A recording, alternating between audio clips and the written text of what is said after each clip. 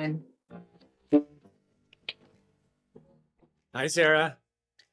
hi, Open up Craig. champagne. So glad to have you here today. And yes, this is an amazing song. Welcome to my house. Yes, welcome to my house. We'll play some more music here in a minute. Nice. Anyway, this is Craig with RAM, Real Estate and Mortgage Podcast, also with Barrett Financial Group. My goal always is to teach, inspire, and excite people about real estate and mortgage. Sarah, I met at well, actually not even an open house. At an open house that I was at that she was wanting to show a property to. And honestly, we just kind of started talking to each other and we just kind of became friends. And I love her story and I love who she is. Even the sliding down the mountain on a sled in the middle of winter to going up to the Y or the G or wherever you're going at whatever time when you're doing all your hikes. Yes. Sarah's very active. She's an amazing real estate agent. But today, specifically, we've got some fun stuff about a courageous, crazy story that she Yes. did in St. Louis. Yes. Before we jump into that, though, Sarah, I want you just tell us a little bit about yourself. Okay, so I am a mom of 5 beautiful children, and I'm a nana also to two. I have lived in Utah for since I was 17 years old. I moved out here my senior year and lived in Utah Valley since. I currently live in Cedar Hills. Like you said, I'm really active. I love to hike almost daily. I love yoga. I love anything outdoors. So I do stay super physically active, but my passion is homes. Anything about homes. I've done house flipping. I've done real estate investing. I'm a realtor at KWS Field, and I love my job. Um, when I was a little girl, I'm grew up in a huge family, a family of 13. And so we Wow. would literally have to sit laps in our orange Pinto. And so luckily, because I'm the seventh of, I'm number seven. So I 13? was usually one of the little So, ones. so you're the middle child of 13. You're either way. Yeah. Well, there's 11 kids, 13 in my family. Okay. I So got 11 you. I kids. got you. So I'm number seven of 11. And so I would be sitting, we would literally sit laps. And so I was high enough to where I could see. And I always remember just looking at homes. That was my thing. Like, I just loved looking at homes. And as I, got my license, one of my favorite pastimes was to drive around and look at homes, especially the new builds. Well, And and you so have the license now where you can just unlock and go right in. yeah, so that's just a little bit about me. Homes have always just been in my blood, literally, and I love every aspect of homes. I love old homes so that I can flip them. I love the new builds. I love and I'm learning so much and I'm still learning, but I do love my job. I love my Well, career. it sounds like you're extremely passionate about the homes. You're extremely Yes. passionate about showing people. I mean, and honestly, I've seen a bunch of your reels, a bunch of your TikTok stuff that where you're actually out going through these homes and showing these homes, which is incredible. And, Yeah. we have to do that, right? Yes. But you took a major step and I'm going to let you tell the story, but I believe you bought 3 houses in St. Louis, Yes. which I don't think you spend a ton of money on, but Right. I mean that just sounds to me. I'm like, okay, I'm looking around Utah. There's plenty of houses here to buy. Why would I buy in St. Louis? And with that, tell us your story because you've told me a lot of it, not all of it, but you told me a lot of it. Tell me your story. How did you Okay. find him? Why did you do this? Okay, yeah. So a couple of years ago, it was actually 2 years ago in January, I went to this Wealth Con. It's a convention for real estate investors and realtors and just people who want to learn how to invest in real estate. Ryan Pineda is the one who puts it on. It's a couple Gotcha. times a year. So I went to that and I was like, you know what? I learned from these top real estate, professionals, and we kind of honed in on the top markets in America. And one of those top And markets to and when you're invest. saying top markets, you're meaning top markets to invest in so that your Yes, return on your investment is substantial. exactly. Yes. So one of the top markets in America for cash flow is St. Louis. Hmm. And still, that's the case. So if you want a cash flow, that's one of the best markets. So I took everything I learned and I started looking into St. Louis, and then I decided, why don't I just buy these on auction? So did you So reach out to any agents out there to help you look, or did you just go to an auction website? nope, I just went on to auction.com. It's like eBay but for homes. And they have a reserve that is, has to be met in order for you to win the bid. And this is worldwide. You can buy homes on auction.com, um, anywhere you want. So because I knew St. Louis was my market, I just started looking for homes on auction.com. I lost a few in the auction, like I Did you got outbid. ever check out the neighborhood, or did you ever jump on Google Earth and drive down the street? Did you ever do any of that? Because I know there's some other things that you're going to tell us here. Yes, I did. And I even, this was back before I started using ChatGPT, Okay. but I went on to Google and I was like, what are you, what is this neighborhood like? And it's like, well, it's not the best neighborhood. There's a lot of crime. It's not the worst neighborhood in St. Louis, but it's one of the high crime neighborhoods. And I'm like, okay, this is fine because I'm going to be using it as an investment. I won't live Right. there ever, and I Right. won't go there very often. So I thought this is fine. This is why I chose this market. So yes, it was very much a bad neighborhood, and I knew that. All three of my homes were in bad neighborhoods. So you went on auction.com, you hit Mm, the reserve, you wanted these three specific houses, you missed out on a few, but there are three houses that you nailed. yes, yes. And the And first and one, and sorry to cut you up, but as soon as you won the bid, how soon did you need to give them the money? uh, it's I believe 24 hours Okay. from. Some kind of a cashier's check or wire the money within 24 hours. You're the brand new owner of three homes in St. Yes. Louis on a really sketchy street. Yes. Okay, keep in mind I didn't buy these three homes in the same day on the Oh, same gotcha. day. Okay, gotcha. Okay, so the first one I bought 2 years ago, and it was a year later where I bought two on the same day. Oh, gotcha. I thought they were all three together. Yeah. So yeah, the two were together on the same day. I won them on the same day, and that's kind of an interesting story because I had the one, and we can get into that backstory. But the first one I bought was on Google Earth. It looked like an older lady like was living there. You can just kind of tell, right? Right. And there were beautiful rose bushes out front, and it just looked like a little old lady had lost her home, and Mm. it wasn't sitting well with me. So after a few months, I mean, I didn't jump on it right away just because I was so busy with work. um, I finally contacted somebody. I got some information. I got a contact number for the owner, and it was a gentleman who answered the phone, and he said yes, his mom had lost the home to auction. She couldn't pay for it, and I felt horrible. Yeah. And I felt absolutely horrible. And I said, you know what? Why don't you guys try and buy the home back from me for what I paid for? And if you guys can, you know, come together as a family, I will most certainly let you buy this home back. He said his granddad built the home Oh, with his wow. bare hands. He Tugging said on it the was a, heartstrings now. yeah, so he was really getting me. Um, so that went on for about 8 months. Did they end up buying And it back? They did not. He just Ah. kept asking for another month, and he was so close, and he just needed another month. And then something inside me went, I'm being completely duped. Yeah. Yeah. And Getting taken advantage of. started running some criminal records, and he had a very, very extensive criminal record and Ah. current stuff all the way back to He was a gentleman in his 50s, and so ever since he was a teenager, he was getting into trouble, and he was still getting into trouble as a man. So that, Maybe that's one of the reasons why mom lost the house.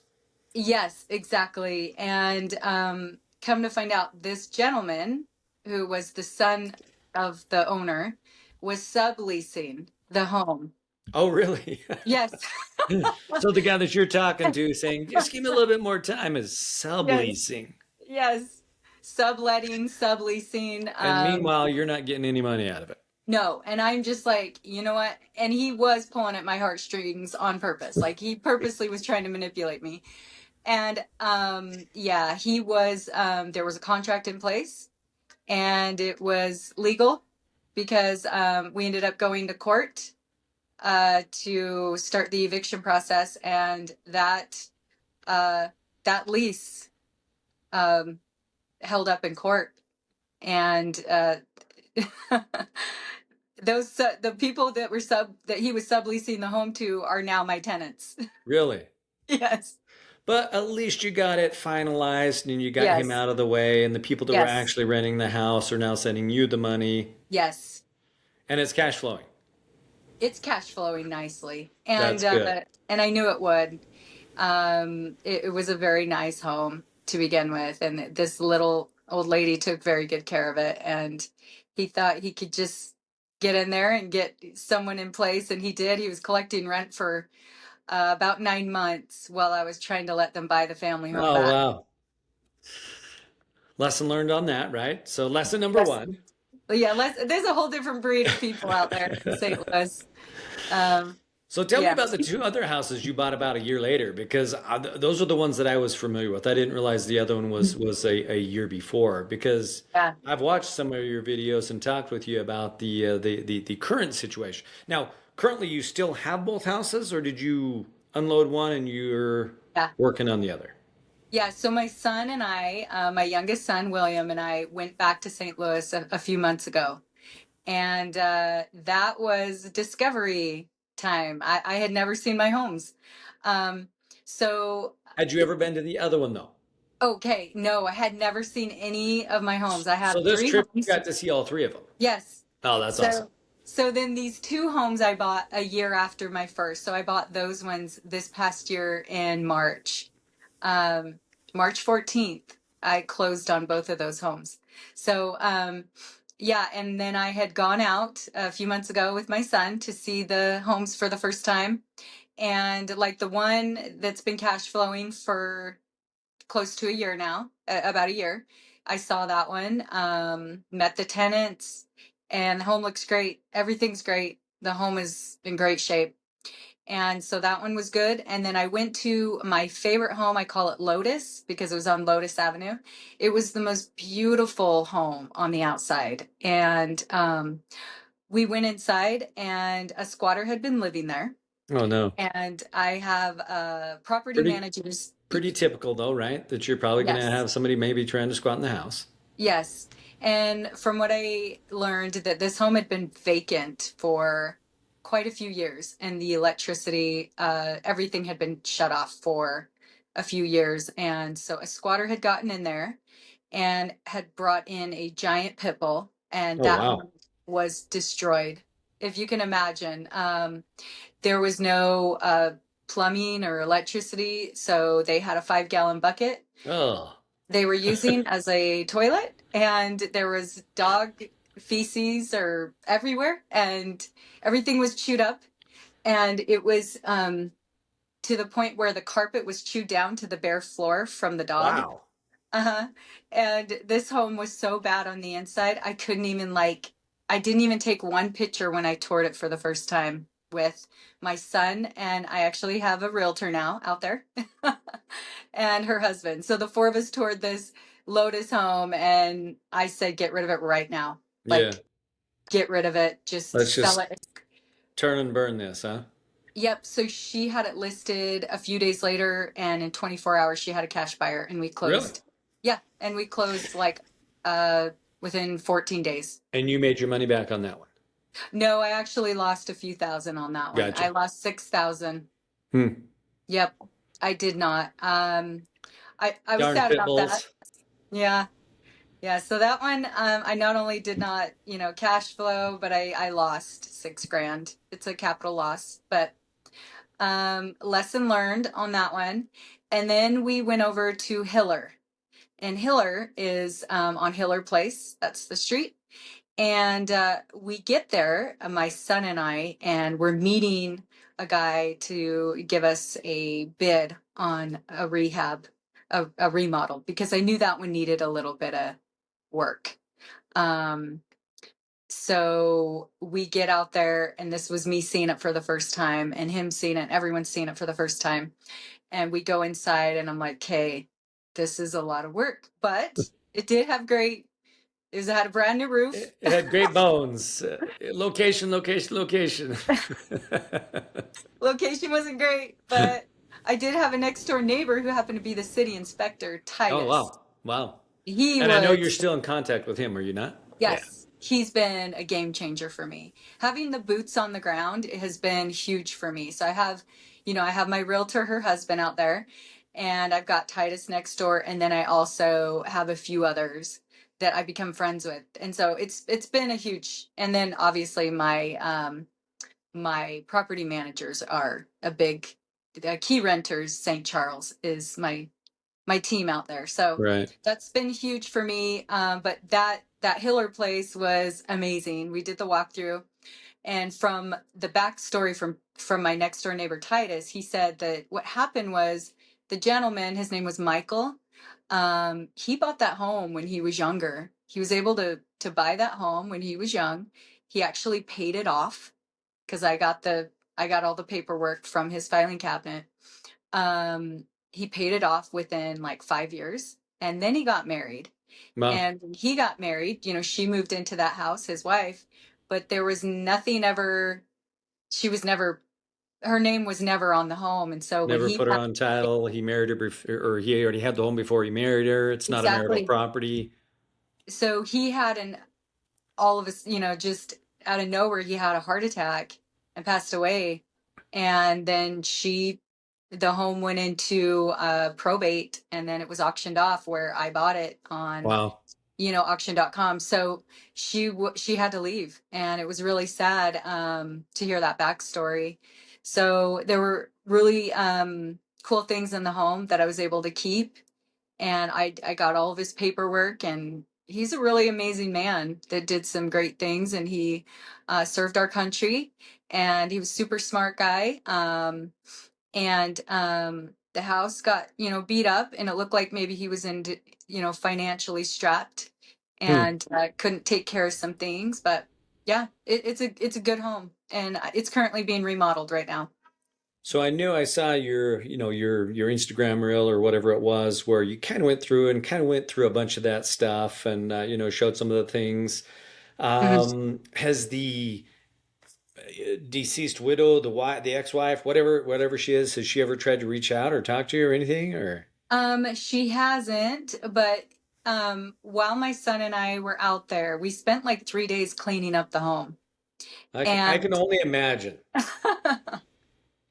I it can was only imagine how it was, especially it with was the other one with the pit bull. I mean, yeah, it wasn't as bad as that one, but there was just personal property everywhere. Like someone just left. There wasn't hardly did, any furniture, but did they just not want personal. their stuff? Yeah, I that's mean, I photo learned. albums, all kinds of Yes. stuff. Yes, there were photo albums. There were pictures of their kids and family, and people just up and leave in St. Louis, and they kind of just leave their stuff. Wow. I've it happens a lot from what I've found out. Um, but so I did find, badges of a woman, and I wonder if she's the woman who lived here, and come to find out it was. That was Mm, and so she had moved out right when the home was sold on auction. Officially, gotcha. that's when she had to leave, back in March. So that was the last she was in the home. And then Titus has just kept a good eye on the home, making sure there weren't any intruders, and there weren't. There was nothing taken from the home. I wish things were taken from the home. It'd have been, our job would have been a lot easier. But there were really cool things in there, like old VHSs and like VCRs and TVs, stuff that it was like walking into the 1980s. Really? Yeah, there was Which I know nothing. you would enjoy, and I enjoyed as well. Yeah. So Yeah, we're it's 80s probably a fun babies. time. Yeah, it was a good time. And my son and I were just kind of freaking out because there Now, was was just this your little stuff. youngest you took with you?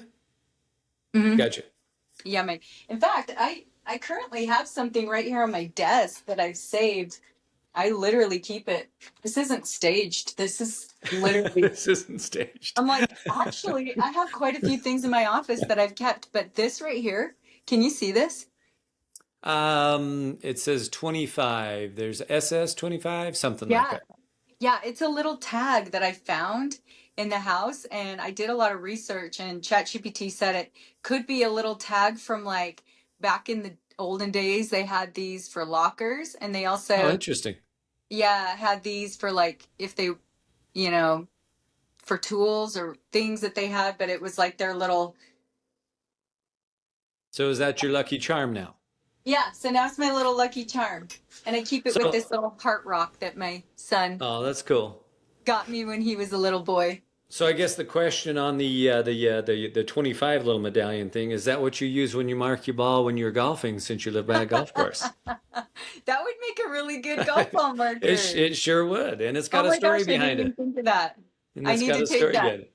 Yeah, I need to put that in my golf bag. So let me Um, ask you this. On this home itself, you can give me ballpark, but when okay. you bought it, I've got to assume it was probably 40, $50,000. Yep. And renovation wise, I 20, 30, $40,000. We're actually able to do the reno for 15,000. Wow. So Yeah. you bought it for 40 or 50, you got 15,000 in reno. It's currently being renovated. Yep. Are you going to keep it and rent it because it's good cash flow, or are you going to turn it and burn it? We're gonna sell it. You're gonna sell it. Yeah. What do you anticipate? Obviously, you're talking with the realtor out there and so on and so Yeah. forth, but what do you think the actual, what are you gonna list it for? I'll be able to 3x my investment Oh, on that one. wow. Yeah. Wow. So you lost a little bit of money on one. Yep. Let's just call that Yep. the pit bull house. You've got one that you actually have out in St. Louis that's cash flowing great, and you've met the client, the tenants, and they're great, and you're Yeah. cash flowing with that. And then this Yes. one, yes, it's taken obviously some months. It was March when you bought it. We're in December now, almost a new year, almost a year. Yeah. 9 months later. When do you think it'll be done? He is okay. Now this is kind of ironic because originally when I got the bid, the guy took off with my money and Oh I yeah, paid him that's up. right. So I have lost money on this one. Um, he gave me a really good story. We signed a contract, and I do need to take legal action if I want to get any money back. I just haven't even gone down that path because I'm so busy with work and my kids and um my life that I'm like I have to go to court with this guy and I don't Wow. want to. But okay, so now we've shifted gears to my realtor's husband Brandon is doing the remodel, Gotcha. and he's got a lot of experience, and so he said he'll be done like the second week in January. So we're coming up on that real close here. I mean, Yeah. not quite a year. You're gonna 3x it. Yes, you've lost some money for the rehab that you gave the guy, but it sounds to me like you still might make 2x of what you actually bought the house for. Yeah, probably 2.5x. Hmm. And here's the biggest thing. You cannot buy the education that you just got. Right. There's no way I would have ever learned this any other way. I know so much about squatters.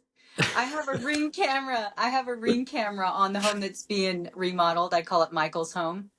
Michael's home is being remodeled, and I have ring cameras on the front and the back. And so I get those alerts from Ring. You know how Ring will give you neighborhood Oh yeah, alerts? And absolutely. it's like on a daily basis, it's like, did you guys hear those 5 gunshots? Oh jeez. And then the next day is like, I'm pretty sure those were gunshots. And the next day, like, okay, that was 20 gunshots, like fired. Is everyone okay? So it's very different. Here in Cedar Hills, I get ring alerts like, "Did you guys see that beautiful sunset tonight?" Yeah, yeah. Or, Well, you know, I'm not gonna lie. I live in North Salt Lake, but on my Ring camera, it's pretty close to Rose Park. So oh, those things that you're talking about, I yeah, always have stuff pop up on my Ring app and say, "Were those gunshots?" yeah, I do hear and see those things, and you wouldn't think that necessarily in Utah, but you know what? We're not immune to it. yeah, And it is an up and coming area with a lot of revitalization. But you know yeah, what? I'm glad that you're okay because I know you were a little scared when you were out there. yes. I think you had a good experience. You've learned a ton. Let me ask you a couple of questions. What what do you want people to know about this situation? Yes, you can go to all these seminars and they can teach all these things and go, go, go, go, go. You're never going to make money unless you take the risk. Mhm. What would you tell people? Sarah, your twin is coming to you saying, "What should I do?" What are you going to teach them? What are you going to tell them? I would have to say, I think I was right to invest in this market for cash flow. I think St. Louis is a great cash flowing area. However, I think it's important that you get your people in place before you actually buy the home. Mm, So you get in contact with a very good property manager. I recommend Key Renters St. Charles. They're the best. And if you look them up, they have the best rating. And I wanted the best because I cannot be there. yeah, you can't. Um, get people in place. Get a realtor. Like, get a realtor. Coming from Um, a realtor saying, "I need yes. a realtor." I love that because don't try to represent yourself. I mean, goodness. No, Ever. I learned a lot of hard lessons and I had a lot of sleepless nights and there were things that I just didn't need. I didn't need that stress. Yeah. So if you can get people a team in place, get your boots on the ground. I did it backwards. I bought the home first and I'm like, "Oh, I can do this remotely." And I could not. I got so duped. And I believed. That's my biggest weakness and strength is that I believe people. And there's a Trust lot of but people. verify. Yeah, yeah. And as realtors, we have a good app that we can use to make sure people aren't criminals that we're working with. Yes. And I didn't do that right off the bat. It's called Really? Forewarn. Yeah. So there's an app called Forewarn for realtors and use it or any other app out there and just find out that the people that you're working with aren't criminals. And there's a lot of criminals in St. Louis. That forewarning, it's just you basically put their telephone number in and Yeah. all their stuff will pop up. Yeah, it was extensive. It was like over 60 criminal Oh charges. wow, that's crazy. That is crazy. Felonies, all different felony charges. It was crazy. That guy I That was dealing with. so here's the $1 million question. Yeah. When are you going to buy a few more homes in St. Louis? Yeah. I now that I've got kind of the system in place, because it's all about systems and your people, now it's just yeah, when I find a really good deal again. When you I won't be find the using deal. auction.com. No? I will be using my realtor. We have a That's really good awesome. relationship and I trust her. I trust her husband and we're like a good team. She's a Keller Williams. She's Keller Williams, St. Louis. Well, So so then that brings up the question. If someone sees this podcast, someone sees this episode, and they want to invest, I know you as a realtor, you can actually refer this to an agent over there and get a referral fee on it, which obviously we're all in this to actually make a little bit of money occasionally. yes, Should we not just have them reach out to you and you actually kind of do a right. little legwork with them and then refer it to Yeah. that agent and help Yes. them? Yes. Specifically, people right here in Utah that want to actually have the same experience or a little bit Yes. more, a little better experience because you've already been through all the pitfalls. Exactly. Yes. If you anybody watching this right now, if you have any questions about St. Louis or investing out there, I'm your girl. I know everything not to do, and I know everything to do now. So yeah, if you have any questions, I really do think it's a great market for cash flow. If you do your your due diligence with the neighborhood, the home itself, I wouldn't buy it on auction.com, not in St. Louis. You need a realtor to actually go into the home and inspect it, Boots on the and ground. boots on the ground. Yep. And then just I'm here to answer any questions you might have. I've been through a lot. There's a lot of stuff I haven't even talked about that I've experienced that I'm like, wow, that was wild. My son and I, um, I will say this, when we went out to these homes, especially Michael's home that we spent 3 days cleaning out, we went in the house and we locked the doors and we closed the blinds and we did not go outside once. It Wow. was just too, it's just not safe. And we stood out like a sore thumb. I even purposely rented the worst car I could rent, which was like a Toyota Corolla, and still it was the nicest one in the neighborhood. Oh my gosh. So you You should see the way I uh, dressed. It was like that I purposely dressed super ugly, hair in a bun, no makeup, like black, like you, I just you, looked like the stuff you're I would wear for like PJs, like my black joggers, my you're t-shirt. cracking me up here. You're cracking me up here. But I mean, I think anybody that watches this will see the visual of what you're talking about. And Yeah, look, there are areas like that, but this area specifically is a great cash flow area, and there's a lot yeah, of opportunities. And I think people like you that want to actually jump in and help revitalize some of those areas are doing a huge service yes, for future people. yes. And it's cleaning up the neighborhood, Yeah, clean up the you know. neighborhood. Clean up the neighborhood. Some of the some of the bad stuff might go away. So that's Yeah, not necessarily a bad thing. So yeah. I know you're a single woman. You've got your kids and everything like that. What specifically would you like to say to single women or single parents or however you want to say it? Yeah, I love that question. I would say just lock in. Lock in. Whatever your passion is, you know it. You know what you love to do. Lock in on that passion and just go hard. As a single person myself, if you can become obsessed about your passion, you will make money.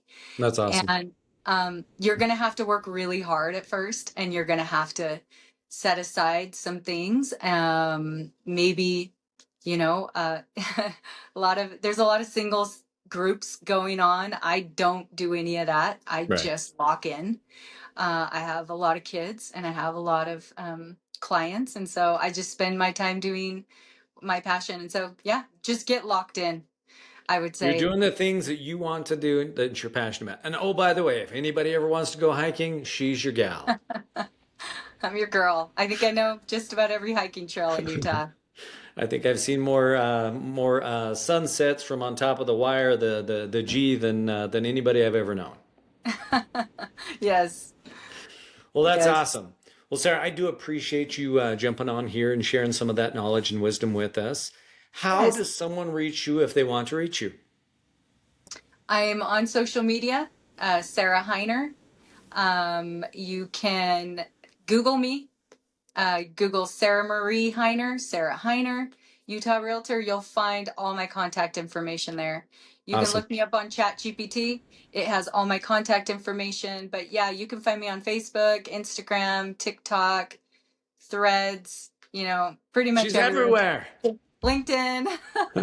Yeah, I would just you can And find me now there. she's on a YouTube video of real estate and mortgage. She's Yes, everywhere. I'm everywhere.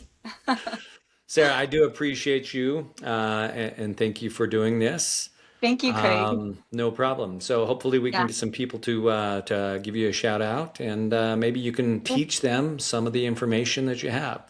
This is I would Craig love Steele that. with Ram Real Estate and Mortgage, Beyond the Bank, and hope you enjoyed this episode. If you do, subscribe.